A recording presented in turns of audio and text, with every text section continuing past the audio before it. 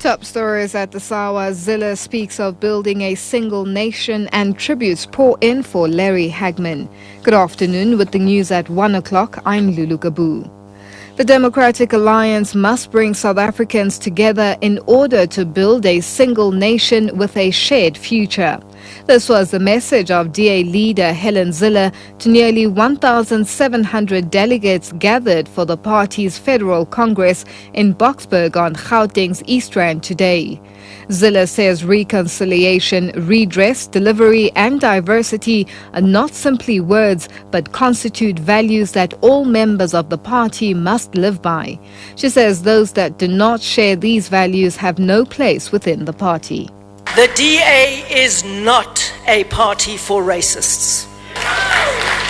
We are not a party for sexists, xenophobes or homophobes.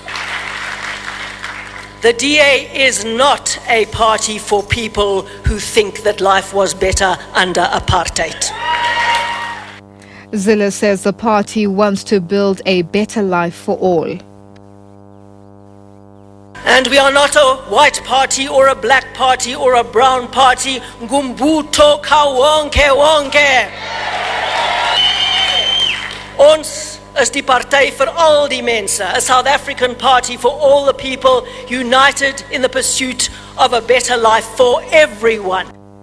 KwaZulu-Natal Premier Dr. Zweli Mkhize has come out in support of President Jacob Zuma for a second term.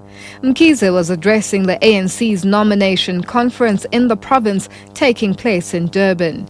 The two-day meeting will see 974 delegates going through to the ANC's national conference at Mangaung next month. Mkhize says the KZN ANC delegation going to Mangaung must be disciplined and must be focused on policy issues and not simply the nomination process.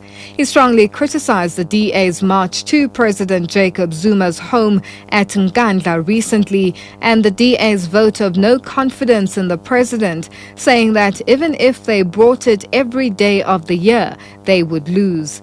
Delegates are expected to break into commissions this afternoon and official announcements of the province's nominations for Mangaung will be made tomorrow.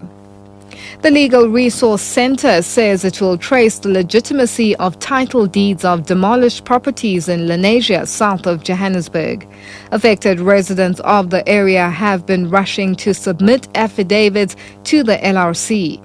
So far, 80 houses have been destroyed. Government says the properties were built on illegally obtained land.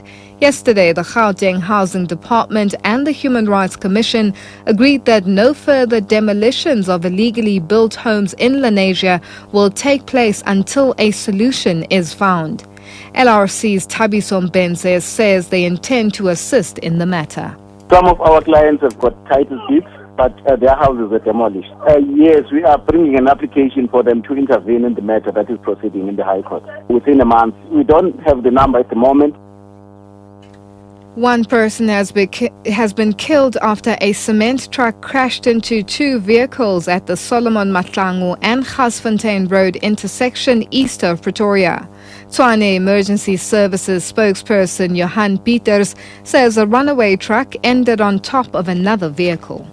We struggled quite a while to get that patient rescued underneath the bus. We had to call in a recovery vehicle to assist us to get the load from the patient as our rescue equipment struggled to work with the wet soil.